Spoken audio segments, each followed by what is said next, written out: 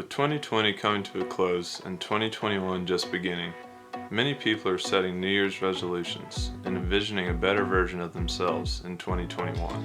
The goal I'm working towards is not a New Year's resolution. It's been a work in progress for almost 2 years now, but what better time to start documenting the process, the struggles, and small victories along the way. Before I dive any deeper, I want to say thank you to all that have supported this channel during my launch in the year 2020.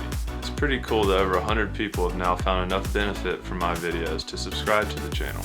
If you haven't subscribed yet, and you're interested in optimizing your fitness, finance, and mindset, hit that subscribe button and ring the bell for new videos every week. The dunk is a feat of athleticism that is hard to describe if you haven't experienced it. It's safe to say that well under 1% of the population can dunk. When you talk about the windmill dunk, you can slice that less than 1% population into another third, if not less. If you made it this far in the video and you don't really care about the windmill dunk, realize that in this case, the windmill dunk is also a symbol. It's accepting choice over destiny and applying a growth mindset when the world is telling you that the odds are against you, or in this case, the hands of time. You may actually be interested in the dunk itself and how I plan to get there while eliminating my knee pain. If so, I'm going to be sharing the key pieces in my development over the past 2 years that have created the most change in my body and knees, and the steps I'm taking to reach my goal as it unfolds in 2021. Even if you aren't interested in the dunk itself, I hope sharing the mental and physical barriers I face along the way will help inspire you to pursue the goals in your life and help you take back control and responsibility for where you are at this place in time. Now, to set the stage, let's take a quick look at my history of knee pain. There are 3 critical moments in my life where knee pain changed everything. My first severe run-in with knee pain was during my sophomore year in high school basketball. I played through an entire season of severe knee and shoulder pain and was run completely ragged by the end of the season. I had finally had enough with about 3 weeks left in the season and went to the doctor. I found that I had been playing with a broken finger, 2 severely strained shoulders that would often partially dislocate, and 2 knees with tendon pain and severe inflammation. By the end of the season, I was 6'1" and 150 pounds soaking wet and couldn't move without pain. Over the next year, I would completely transform my body. I did this by lifting weights and eating everything in sight. I became obsessed with my transformation, and remember I would go between taking naps on the floor in my basement and then waking up to continue lifting weights and training. I certainly didn't have the most scientific approach, but what I had was willpower and determination. I not only gained 40 pounds of muscle that year, but also completely eliminated my shoulder and knee pain. This first break and rebuild phase built mental and physical toughness unlike anything else in my life. Playing through pain every day is something I don't recommend, but it's definitely a surefire way to build some true grit. Completely breaking my body that sophomore year forced me to take a step back and rebuild myself in a way that I never would have if I hadn't broken down while playing basketball that year. This leads me to my second run-in with knee pain. I continued to train throughout senior year of high school. I played rugby my senior year, which ironically is the only sport that I didn't sustain any injuries from. I played pickup basketball on and off my senior year and joined the intramural league my freshman year of college. In the very first game of the season, I stole the ball, was on a fast break, and tried to quickly stop myself so that my defender would go past me. It was at this time I heard a loud pop and collapsed to the floor in the worst pain I've ever experienced. I came to find out that I had torn my ACL and meniscus. Getting around Appalachian State's mountain campus in the snow on crutches certainly wasn't the easiest thing. This happened early in the year, and I considered taking the rest of the semester off. In the end, I decided to stick it out. I spent a lot of weekends that year traveling home, feeling depressed and defeated from the injury I had. As I started doing rehab and started to heal, a new vision came into my head of becoming even more athletic than I was before. I could dunk before the injury, but not with authority. It was just enough to get it over the rim and flush it down. For anyone else that has experienced an ACL tear, you know it takes a long time, up to even a year, to get your confidence back, to feel like you're moving like your old self. Once I felt like I was moving normally again, I took this even further with a heavy weight training and plyometrics regimen that I followed for the next 2 years. By junior year of college, I was not only back to dunking, but now able to catch in-game alley-oops and throw down my first windmill. This second break and rebuild phase inspired me to push past where I was before and reach all new heights of athleticism. After college, like the rest of the modern workforce, I got a desk job. I continued to lift weights over the next few years and occasionally play sports recreationally, but I could feel my athleticism slowly slipping once I passed the age of 25. In early 2019, I decided it was time to get my court legs back. Unfortunately, I don't have a single video of me dunking in college.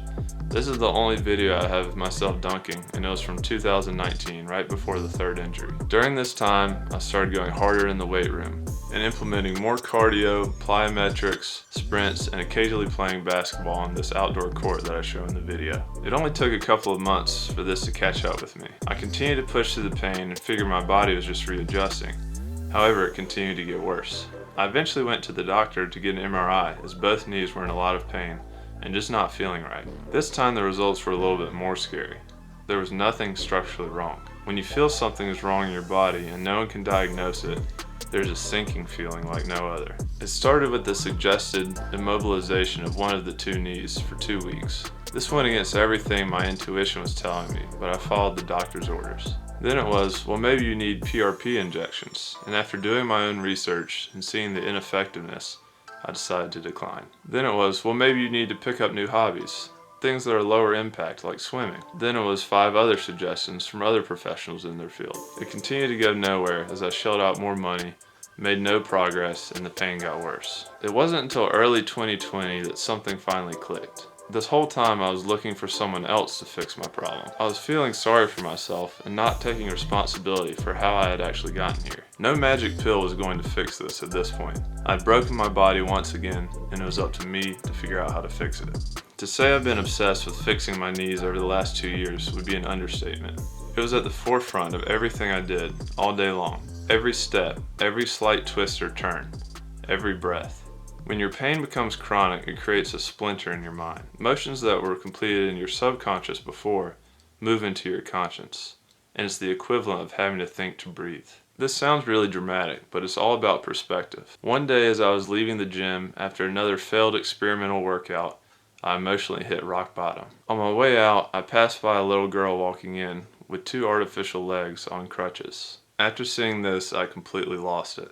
I had a full-blown breakdown in my truck on the way home. Here I was, alive and able to walk, with 2 working legs, feeling sorry for myself because I had knee pain.